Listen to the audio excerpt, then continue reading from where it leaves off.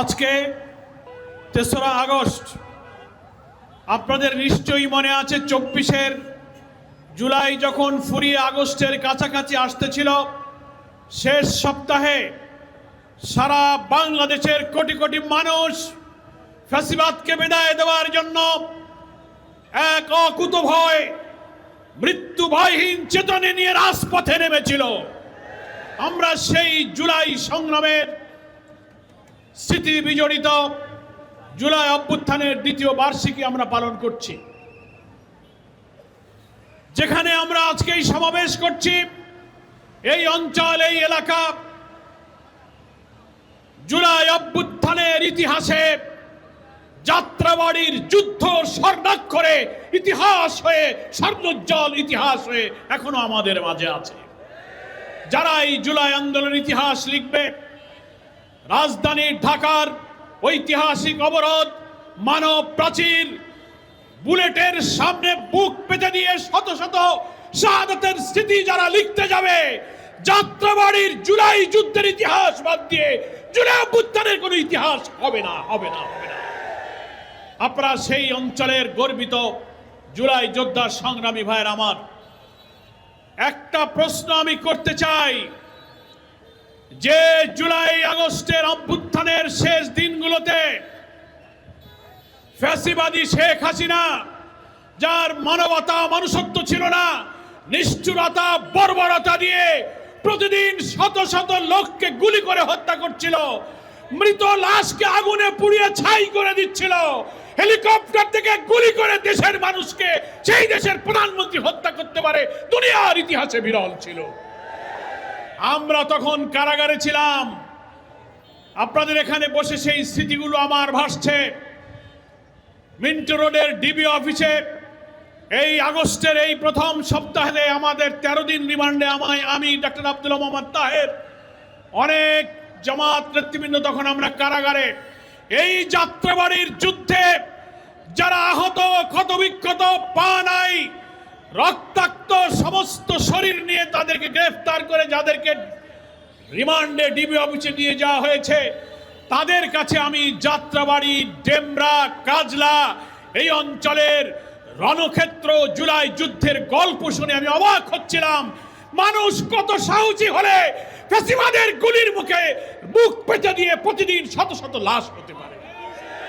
আমরা সেই স্মৃতি সেদিন শুনেছিলাম, কিন্তু আমরা সেই নিষ্ঠুরতা, বর্বরতা ভুলতে পারি না।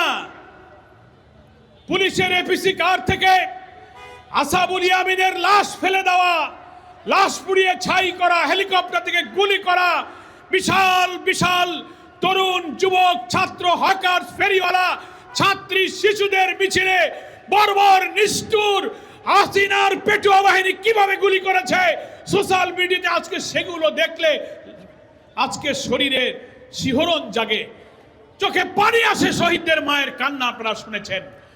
আপনারা নিশ্চয়ই সেই জুলাইয়ের স্মৃতি, এই রক্তাক্ত ইতিহাস আপনারা ভুলে যাননি। আপনারা কি ভুলে গেছেন? ভুলে যাননি। কিন্তু দুঃখজনক হলেও এই জুলাই বিপ্লবের যারা সুবিধাভোগী, বর্তমান ক্ষমতাসীন সরকারে যারা আছেন, বিএনপি কিন্তু জুলাই অভ্যুত্থানের এই রক্তাক্ত স্মৃতি তারা কিন্তু ভুলতে বসেছে। তাদের মনে নাই আবু সাইদ মুগ্ধের কথা, যাত্রাবাড়ির যুদ্ধে কিভাবে জীবন দিয়েছিল একটি নতুন রাষ্ট্র বিনির্মাণের জন্য, কোন দলের জন্য নয়, জাতির জন্য রক্তদানের সেই ইতিহাস কিন্তু বিএনপি ভুলতে বসেছে। কি বলেন? তা যদি না ভুলবে, সেই রক্ত ঝরা বিপ্লবের পরে যে নির্বাচন হলো, আপনি ইঞ্জিনিয়ারিং ম্যানিপুলেশন যাই করেন, জাতির স্বার্থে সেই নির্বাচন আমরা মেনে নিয়ে ভেবেছিলাম রক্তাক্ত জুলাই সনদের মধ্য দিয়ে, গণভোট দিয়ে একটি নতুন আমূল পরিবর্তন করে যে রাষ্ট্র সংস্কার হবে, তারপর একটি নতুন বাংলাদেশ নির্মাণ হবে। জুলাই বিপ্লবের বেনিফিশিয়ারি বিএনপি হয়তো সেই কাজটা অন্তত করে জাতির কাছে স্মরণীয় হয়ে থাকবে।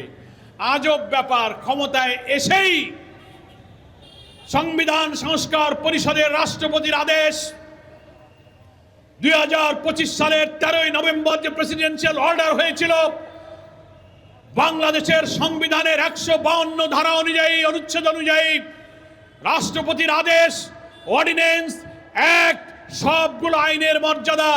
বিএনপি সেই আইনকে বৃদ্ধাঙ্গুলি দেখিয়ে তারা সংস্কার পরিষদের শপথ পড়ল না, সংবিধান সংস্কার পরিষদ গঠন করল না, এবং জুলাই সনদের 84টি রাষ্ট্র প্রশাসনিক বিচার ব্যবস্থা, নির্বাচন ব্যবস্থা, পুলিশ ব্যবস্থার সংস্কারের 84টি ঐক্যমতের প্রস্তাবের মৌলিক জায়গাগুলোতে ভিন্ন মত দিয়ে তারা নোট অফ ডিসেন্ট দিল, তারা এগুলো মানতে চাইল না। আইন ভিত্তির প্রয়োজনে সেই জুলাই সনদের ভিত্তিতে রাষ্ট্রপতির আদেশ অনুযায়ী গণভোট হলো একই দিনে। সেই গণভোটে 84টি সংস্কার প্রস্তাবের সংক্ষিপ্ত 4টি প্রশ্নে গণভোটের ব্যালটে 70% মানুষ, প্রায় 5 কোটি মানুষ হাতে ভোট দিয়ে উইদাউট নোট অফ ডিসেন্ট, ভিন্ন মত বিএনপি ছিল কিন্তু জনগণ ভিন্ন মতকে খারিজ করে দিয়ে তারা 84টি ঐক্যমতকে হা বলে তারা গণভোটকে জয়যুক্ত করেছে। উনারা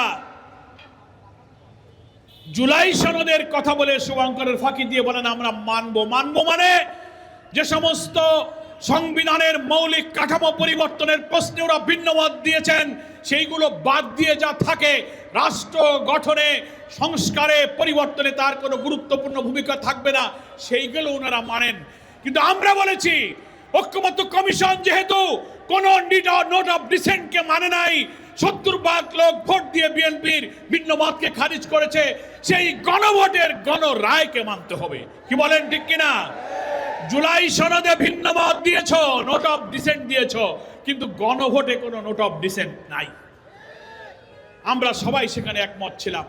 এই জন্য দেখবেন ওনারা কোনোদিন মুখ দিয়ে বলে না যে আমরা গণভোটের গণরায় মেনে নেব, বলেছে কোনোদিন?